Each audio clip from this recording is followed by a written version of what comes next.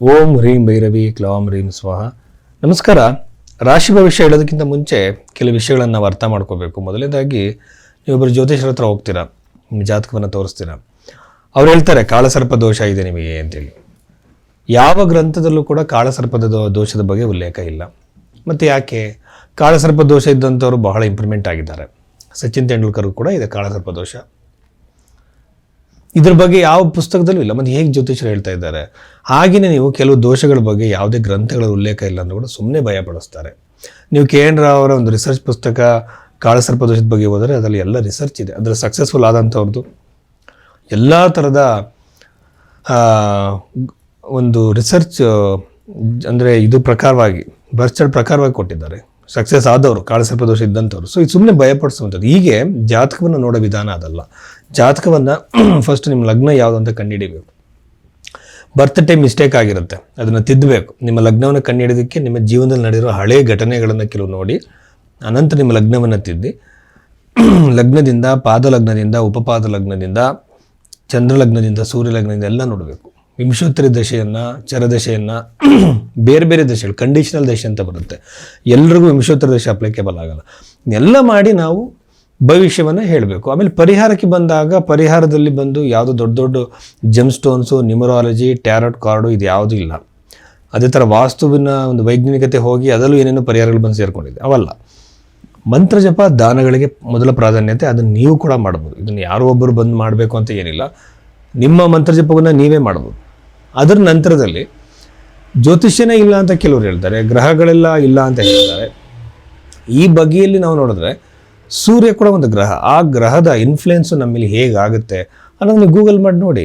Psychological ಆಗಿ ಅಥವಾ physical ಆಗಿ ನಿಮ್ಮ ದೇಹದ ಮೇಲೆ, ನಿಮ್ಮ ಮನಸ್ಸಿನ ಮೇಲೆ ಸೂರ್ಯ ಹೇಗೆ ಪರಿಣಾಮ ಬೀರ್ತಾನೆ ಅಂತ ನೋಡಿ. ಆವಾಗ ನಿಮಗೆ ಗೊತ್ತಾಗುತ್ತೆ ಬೇರೆ ಗ್ರಹಗಳು, ನವಗ್ರಹಗಳು ಒಂದೇ ಗ್ರಹದ ಪರಿಣಾಮ ಇಷ್ಟಿರುವಾಗ ನವಗ್ರಹಗಳ ಪರಿಣಾಮ ಹೇಗೆ ಅಂತ ನಿಮಗೆ ಗೊತ್ತಾಗುತ್ತೆ. ಸೈಂಟಿಫಿಕ್ ಆಗಿ ಈ ಮುಂದೊಂದು ದಿನ ಇದರ ಪರಿಣಾಮಗಳು ನಮ್ಮ ಮೇಲೆ ಗೊತ್ತಾಗುತ್ತೆ. ಸೊ ಅದನ್ನು ಜಾಸ್ತಿ ದಿನ ಏನಿಲ್ಲ.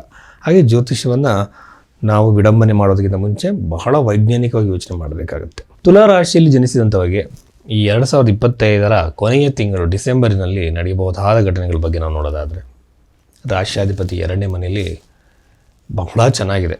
ಯಾವ ವಿಷಯಕ್ಕೆ ಅಂದರೆ ಹಣಕಾಸಿನ ವಿಷಯಕ್ಕೆ.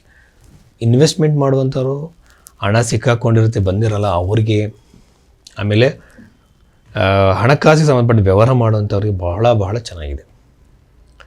ಸಡನ್ನಾಗಿ ಹಣ ಬಂದುಬಿಡ್ಬೋದು. ಆಮೇಲೆ ಸಿಗಾಕೊಂಡಿರುವಂಥ ಹಣ ಎರಡನೇದಾಗಿ ಬಂದು ನಿಮ್ಮ ಬಿಸ್ನೆಸ್ಸಲ್ಲೇ ಫೈನಾನ್ಷಿಯಲ್ ಫ್ಲೋ ಹೆಚ್ಚಾಗ್ಬೋದು. ಆಮೇಲೆ ನಿಮಗೆ ಸಡನ್ನಾಗಿ ಲಾಭ ಬರ್ಬೋದು. ಈಗ ನೀವು ಇದುವರೆಗೂ ನಿರೀಕ್ಷೆನೇ ಮಾಡಿರೋದಿಲ್ಲ, ನೀವು ಯಾವುದೋ ಒಂದು ಬಿಸ್ನೆಸ್ಸಲ್ಲಿದ್ದರೆ ಅಷ್ಟು ಲಾಭ ಬಂದುಬಿಡ್ಬೋದು. ಜಾಬಲ್ಲಿದ್ದರೂ ಕೂಡ ಸಡನ್ ಪ್ರಮೋಷನ್ನು ಅಥವಾ ಟ್ರಾನ್ಸ್ಫರ್ ಆಗ್ಬೋದು. ಅದು ಕೂಡ ಸ್ಯಾಲ್ರಿ ಜಾಸ್ತಿ ಆಗುವಂಥ ಸಾಧ್ಯತೆ ಭಾಳ ಭಾಳ ಹೆಚ್ಚಾಗಿದೆ. ಸೊ ಇದು ಹಣಕಾಸಿಗೆ ಸಂಬಂಧಪಟ್ಟಂತೆ ಇದೊಂದು ಒಳ್ಳೆಯ ಧನಯೋಗ. ಬಟ್ ಇದೇ ಯೋಗ ಏನಾದರೂ ನಿಮ್ಮ ಜಾತಕದಲ್ಲಿ ರಿಪೀಟ್ ಆಗಿದ್ದರೆ ಅಲ್ಲಿ ಮಾತ್ರ ಖಂಡಿತವಾಗ್ಲೂ ಹೇಳ್ಬೋದು ಯು ವಿಲ್ ಬಿ ಒಂದು ಮಿಲಿಯನಿಯರ್ ಆಗುವಂಥ ಅವಕಾಶಗಳು ಅತಿ ಹೆಚ್ಚಾಗಿದೆ ಅಂತ ಹೇಳೋದು. ಏಕೆಂದರೆ ಶುಕ್ರಗ್ರಹ ಬಂದು ಒಳ್ಳೆಯ ಮನೆಯಲ್ಲಿ ಇರುವಂಥದ್ದು. ಬಟ್ ಇದು ವೈವಾಹಿಕ ಜೀವನಕ್ಕೆ ಒಳ್ಳೆಯದಲ್ಲ. ಸ್ವಲ್ಪ ಕಿರಿಕಿರಿಗಳನ್ನು, ಜಗಳನ ಉಂಟು ಮಾಡುತ್ತೆ. ಮೇಜರ್ ಆಗಿರುವಂಥ ಇಶ್ಯೂಸ್ ಯಾವುದೂ ಇಲ್ಲ. ಆಮೇಲೆ ಕುಟುಂಬ ಸ್ಥಾನ ಬಹಳ ಚೆನ್ನಾಗಿರೋದ್ರಿಂದ ಒಂದು ಮನೆಯನ್ನು, ಗೃಹವನ್ನು ನಿರ್ಮಾಣ ಮಾಡೋದಕ್ಕೆ ಈ ಒಂದು ಸಮಯ ಇದಾಗತ್ತೆ. ಅದು ಫೌಂಡೇಶನ್ ಥರ ಅಂತ ಅಂದ್ಕೊಳ್ಳಿ. ಆ ಥರದ ಒಂದು ನಿರ್ಧಾರಗಳನ್ನು ತೊಗೊಳ್ತೀರ. ಈಗ ಮನೆ ಕಟ್ಟೋ ಪ್ಲ್ಯಾನ್ ಇರುತ್ತೆ, ಅದು ಅಲ್ಲೇ ಬಿದ್ದಿರುತ್ತೆ, ಐಡಿಯಾನು ಯಾರು ಯೋಚನೆ ಮಾಡಿಲ್ಲ. ಬಟ್ ಈ ಟೈಮಲ್ಲಿ ಆ ಥಾಟ್ಸ್ ನಿಮಗೆ ಬಂದು ಅದನ್ನು ಮಾಡಬೇಕು ಅಂತ ಅನ್ಸೋದಕ್ಕೆ ಸಾಧ್ಯವಾಗುತ್ತೆ. ಅದರಲ್ಲಿ ನೀವು ಸಫಲತೆನೇ ಕೂಡ ಪಡಿತೀರ, ಸಕ್ಸಸ್ಫುಲ್ ಕೂಡ ಆಗ್ತೀರಾ. ಆಮೇಲೆ ಸಂತಾನಕ್ಕಾಗಿ ಪ್ರಯತ್ನ ಮಾಡ್ತಿರೋ ದಂಪತಿಗಳಿಗೆ ಒಳ್ಳೆಯದಲ್ಲ. ಆಮೇಲೆ ಒಂದು ಶನಿಗ್ರಹದ ಇದನ್ನು ನೋಡ್ತಾ ಇದ್ದರೆ ನಿಮಗೆ ಕೆಲಸ ಮಾಡೋ ಸ್ಥಳದಲ್ಲಿ ಮತ್ತು ನೆಂಟರಿಷ್ಟು ಬಂದು ಬಳಗದವರು, ಎಸ್ಪೆಷಲಿ ತಾಯಿಯ ಕಡೆ ನೆಂಟರಿಂದ ಶತ್ರುತ್ವ ಉಂಟಾಗುತ್ತೆ, ಕಿರಿಕಿರಿಗಳು ಉಂಟಾಗುತ್ತೆ. ಇದ್ರ ಬಗ್ಗೆ ಗಮನ ಇರಲಿ. 100% ನಾವು ಅದನ್ನು ಸ್ಟಾಪ್ ಮಾಡೋಕ್ಕಾಗಲ್ಲ. ಬಟ್ ನೀವು ಅದನ್ನು ಸ್ವಲ್ಪ ಪ್ರಮಾಣದಲ್ಲಿ ಅದನ್ನು ತಡಿಬೋದು.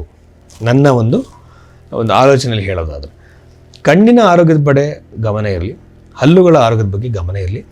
ಎರಡಲ್ಲೂ ಕೂಡ ಏನಾದರೂ ಒಂದು ದೋಷ ಉಂಟಾಗುವಂಥ ಸಾಧ್ಯತೆ ಗೊತ್ತಾಗುತ್ತೆ. ಬಟ್ ಇದನ್ನು ಮ್ಯಾನೇಜಬಲ್, ಏನಂತ ಒಂದು ದೊಡ್ಡ ಪ್ರಾಬ್ಲಮ್ ಏನಲ್ಲ, ಸಣ್ಣ ಪುಟ್ಟ ಇಂಡಿಕೇಶನ್ಸ್. ಬಟ್ ನೀವು ಮೇಜರಾಗಿ ಗಮನ ಕೊಡಬೇಕಾಗಿರೋದು ಇನ್ವೆಸ್ಟ್ಮೆಂಟ್ಗಳನ್ನ ಮಾಡೋದ್ರಲ್ಲಿ ಮಾಡ್ಬೋದು. ಬಟ್ ಈಗ ಆಲೋಚನೆಗಳಿಗೆ ಗಮನ ಕೊಡಿ. ಮನಸ್ಸು ತುಂಬ ಒಂದು ರೀತಿ ಫ್ಲಕ್ಚುವೇಷನ್ ಆಗ್ತಾ ಹೋಗುತ್ತೆ. ಸೊ ಇಷ್ಟು ವಿಷಯಗಳು ತುಲಾರಾಶಿಗೆ ಸಂಬಂಧಪಟ್ಟಿದ್ದು. ನಮಸ್ಕಾರ.